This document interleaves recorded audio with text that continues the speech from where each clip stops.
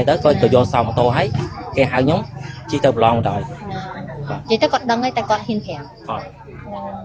អូបើសិនជាគាត់ដឹងគាត់អាចទៅមួយទេអត់ដឹងអត់បានប្រឡងហ្មងពេលដែលទៅដល់អណោចអធមខ្លាំងមែនតែនស្រណោះទឹកចិត្តឪពុកតែតន្ទឹងរង់ចាំលទ្ធផលកូនខ្ញុំយំទាំងព្រលឹមពេលដែលខ្ញុំឃើញវីដេអូនេះហើយតែចៃដន្យខ្ញុំត្រូវជូនកូនខ្ញុំទៅលេងសៀមរាបតែខ្ញុំដឹងព័ត៌មានថាគាត់នៅខេត្តកំពង់ធំខ្ញុំក៏ឆ្លៀតទៅចូលរួមរំលែកទុក្ខនិងចូលបន់ពួកគាត់ផងដែរជឿជាក់ថាអារម្មណ៍ឪពុកម្ដាយពេលថ្ងៃដែលកូនប្រឡងគឺរន្ធត់ហើយតន្ទឹងរង់ចាំលទ្ធផលកូនទាំងភ័យអតែអ្វីដែលអណោចអធមខ្លាំងបំផុតគឺជាថ្ងៃដែលកូនប្រឡងចុងក្រោយអារម្មណ៍គាត់បានចាក់ចេញទៅតែមិនស្ងប់ចិត្តហើយទោះជាកូនប្រឡងជាប់និទេសអេក៏ដោយក៏គាត់មិនសប្បាយចិត្តដូចគ្នាតែធ្វើមិនរឿងក៏បានកើតឡើងទៅហើយឯងអត់ដែរជិះទៅទេជិះទៅជាមួយគេទេមិនចឹងព្រោះម៉ូតូហ្នឹងទុកឲ្យគាត់ហ្នឹងទិញបាយទិញម្ហូបទុកឲ្យហូបពេលថ្ងៃជិះទៅទិញបាយទិញម្ហូបទុកឲ្យពេលយើងចេញមកពីប្រឡងមកបានហូបបាយហ្មង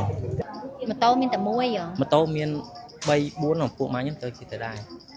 ដាប់ហើយសែនស្រណោះទិញបាយហើយចាំកូនមកពីរៀនតែឆ្នាំប្រឡងផោះកូនមិនទាន់ប្រឡងហើយរួចរាល់ផងមិនទាន់បានស្ដាប់លទ្ធផលផោះកូនផងស្រាប់តែចាក់ចេញទាំងបែបនេះជីវិតមនុស្សយើងម្នាក់អាចជួបគ្រប់រូបបែបផ្សេងគ្នាពេលដែលខ្ញុំបានទៅដល់ទីនោះខ្ញុំបានសួរនាំបានខ្លះគាត់បាននិយាយថាពូគាត់និងមិត្តភ័ក្តិគាត់បានទៅដាស់ឪពុកគាត់មានចរណាហើយអត់មានកម្រើកតាមពិតទៅពួកគាត់បានដឹងហើយគាត់ក៏ប្រញាប់រុះរាន់ដើម្បីដឹកលោកប្អូនដែលគាត់ទើបនឹងបួសនឹងប្រញាប់ទៅប្រឡងគាត់ក៏អត់ដឹងថាពួកគាត់ផុតទេក៏ប៉ុន្តែបងប្អូននិងមិត្តភ័ក្តិគាត់បានដឹងហើយថ្ងៃឡើងគាត់ក៏ទាមកផ្ទះតាមធម្មតាតែបងប្អូនមិត្តភ័ក្តិគឺហាមដាច់ខាតឲ្យគាត់មកផ្ទះទេចាំល្ងាចបានឲ្យគាត់មកពេលដែលគាត់ប្រឡងចប់ទើបគាត់ដឹងហើយគាត់ទទួលអារម្មណ៍រន្ធត់ខ្លាំងមែនទែនគាត់ស្រែកយំដូចនៅក្នុងវីដេអូនេះអញ្ចឹងការឈឺចាប់នឹងអារម្មណ៍បែបនេះគឺខ្ញុំស្គាល់ច្បាស់ខ្លាំងណាស់ពិតជាពិបាកទទួលយកមានតែពេលវេលាទេអាចព្យាបាលបានខ្លះនឹងខ្ញុំចេញដំណើរទៅរោងបុណ្យនិងទៅខេត្តសៀមរាបខ្ញុំបានទៅ showroom ឡាកាម៉ូដើម្បីកំណត់ថ្ងៃឲ្យពួកគាត់លើកផ្លាកនៅក្នុង showroom របស់ខ្ញុំនឹងហើយនៅក្នុងពេលឆាប់នេះពួកគាត់បានតម្លើងគ្រោងនៅតម្លើងទូនៅឃ្លាគាត់នឹងយកមកដាក់នៅក្នុងពេលឆាប់នេះដើម្បីពន្លឿនការងារ showroom នេះឲ្យឆាប់ហើយបំផុតខ្ញុំពិតជាសម្រិតសម្រាំងខ្លាំងក្នុងការរៀបចំហាងថ្មីនេះដើម្បីឲ្យ showroom របស់ខ្ញុំមានភាពលេចធ្លោនិងស្រស់ស្អាតសម្រាប់គម្រោងថ្មីរបស់ក្រុមហ៊ុនឡាកាម៉ូរបស់ខ្ញុំនឹងចេញផលិតផលជាច្រើនមុខ